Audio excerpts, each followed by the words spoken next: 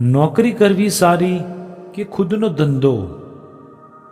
2 ને 2 4 નહીં, પણ 22 કઈ રીતે કરવા એની સારી ત્રેવડ હોય તો ધંધો, નહીં તો નોકરી જિંદાબાદ. કારણ કે નોકરીમાં ફક્ત સમયનું જ રોકાણ કરવાનું છે, નહીં કે મૂડીનું. મારા એક મિત્ર છે સૌરાષ્ટ્રમાં હાલાર પંથકના. નોકરી છોડીને તેમણે પ્લાસ્ટિક રિસાયકલનો ધંધો ચાલુ કર્યો.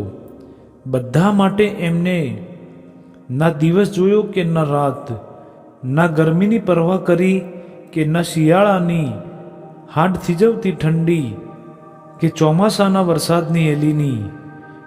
પોતાના કસ્ટમરને રાત્રિના જોબ દરમિયાન પ્લાસ્ટિક દાણાની જરૂર પડી હોય તો રાત્રે 2-3 વાગે પણ જો ફોન આવ્યો હોય તો તાબડતોડ કારખાને પહોંચી જતા અને કસ્ટમરની જરૂરિયાત પ્રમાણે મટીરિયલ ટાઈમસર પહોંચાડતા.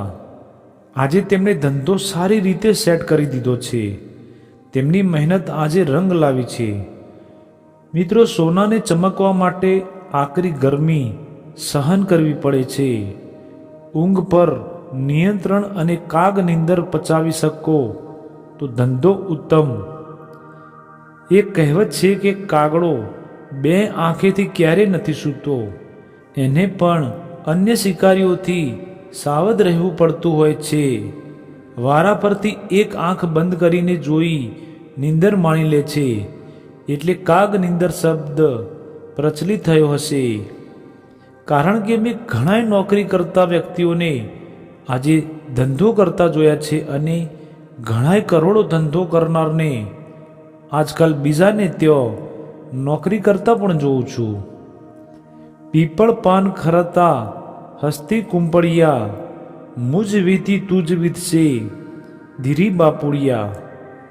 બાકી વગર અનુભવે અંધડુકિયા કરીને ધંધો કરીએ તો 100-60 થઈને ઊભા રહે ને છેલ્લે નોકરી તો છે જ, અને આખી દુનિયા કરે છે.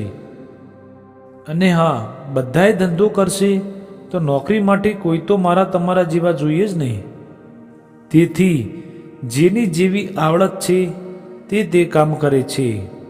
અને જો તમે વધુ સાહસ કરી શકતા હો તો ધંધો બેસ્ટ છે.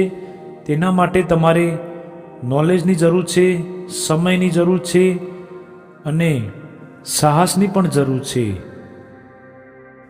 જો મિત્રો આ વિડીયો તમને સારું લાગ્યું હોય તો પ્લીઝ આ વિડીયોને લાઈક, શેર અને આવા ઘણા બધા વિડીયો માટે આ ચેનલને સબસ્ક્રાઈબ જરૂર કરી લેજો.